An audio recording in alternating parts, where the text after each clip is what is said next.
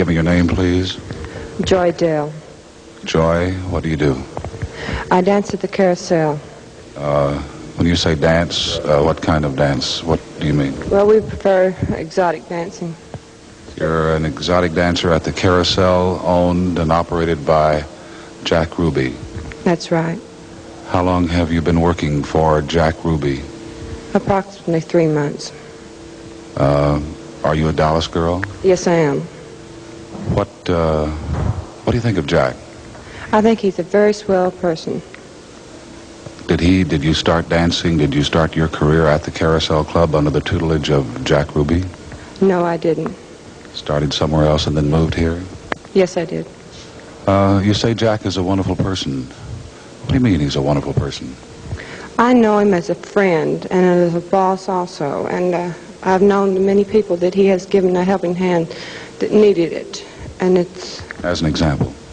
Well, I have a friend right now that came to Dallas unemployed, not knowing anyone, had met Jack once. Jack gave him a place to stay until he found him a job, gave him money to live off of, until he went to work, until he could move out. Another girl that works in the club now is a waitress. She was in Florida. He sent her money to come back with her children and gave her money to live on until she was back up on her feet and able to work. Has Jack helped you in any particular way? No, but he has been a very good friend. What kind of a man was he to work for? Was he an emotional man? Did he have fits of temper? Did he often blow up about nothing, or was he the level-headed type? Jack is a very emotional person, like people know. All the people that know him as an emotional person. He does blow off easily, but he usually has a reason behind him, and a good reason. He usually will stop and think about it. But if you don't yell back at Jack, he'll never yell at you. Someone said earlier that Jack was the kind of person, if he liked you all the way, and if he did not like you, he did not like you all the way. Do you think that's true? Yes, I believe that's true. Have you seen any evidence of this? Have you seen people that Jack did not like and the way he reacted? Yes, I have. Would you tell us about it? Well, in certain instance, a person said something that maybe Jack didn't approve of, but Jack would say so. And Straightforward. Straightforward. And Jack's the type of person, if he likes you, there's not anything he won't do to help you in any way, money or just by being a pal. In a lot of ways, it's hard to just sit here and say.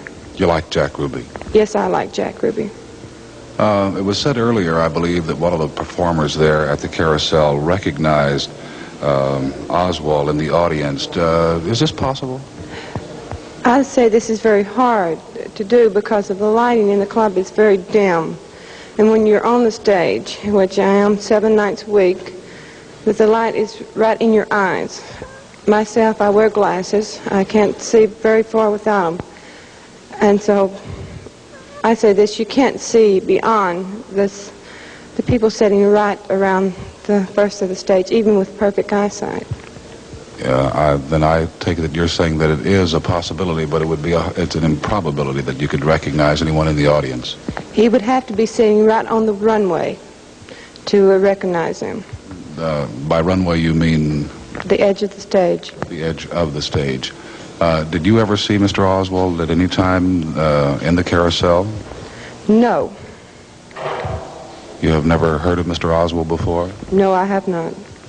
Well, it would be interesting. You are a friend of Jack Ruby. Did you hear it on the radio, television? How did you receive word that Jack Ruby is accused of the slaying today? I was over at a friend's house. We were listening to the radio. And when they said that a short, gray-headed man, slightly bald, had just shot Oswald, that he was a nightclub owner. Well, first of all, I said that it sounds like Jack. But you didn't believe it? No, it's hard to believe because I talked to Jack Friday afternoon. It's approximately, I tell you, it was 3 o'clock, a little after 3, when I went into the club because I was giving a girl lessons. It's just beginning. Friday after, that was right after the president was killed. Right after the president. I had been to the hospital. My little girl had an apartment there, and I was taking her out to the hospital, and then I came back to the club, and Jack was there, and he was very upset. And did he say anything? What did he say about the assassination of Mr. Kennedy? What did he have to say? At first, nothing much, but Jack's, like I said, is an emotional man, but I never thought I'd see Jack cry. And tears did come from Jack's eyes. And he said, it's something that's unbelievable. How could a man shoot the president of our country? This was Friday late, around 3 o'clock? This is a little after 3 o'clock. I'd say 5 or 10 minutes afterward. Did he close up the club that night?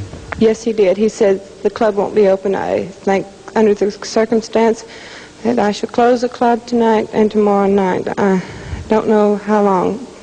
But Jack is a person that thinks very highly of the Kennedys.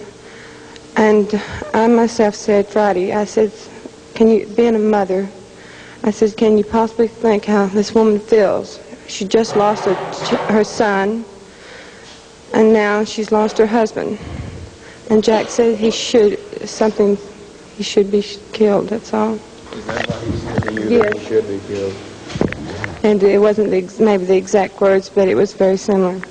Now, this was Friday night, and when he announced to you that the club would be closed because of the assassination of Mr. Kennedy, he said to you once again, what did he say? Well, when I mentioned Jacqueline Kennedy and her children and how she must feel about her husband, he said, yes, he ought to be killed. He ought to be killed. And, well, I have heard other people say this besides Jack. I myself says, well, he's about the lowest, the man that killed Kennedy. What's going to happen to you now, Joy? That I don't know.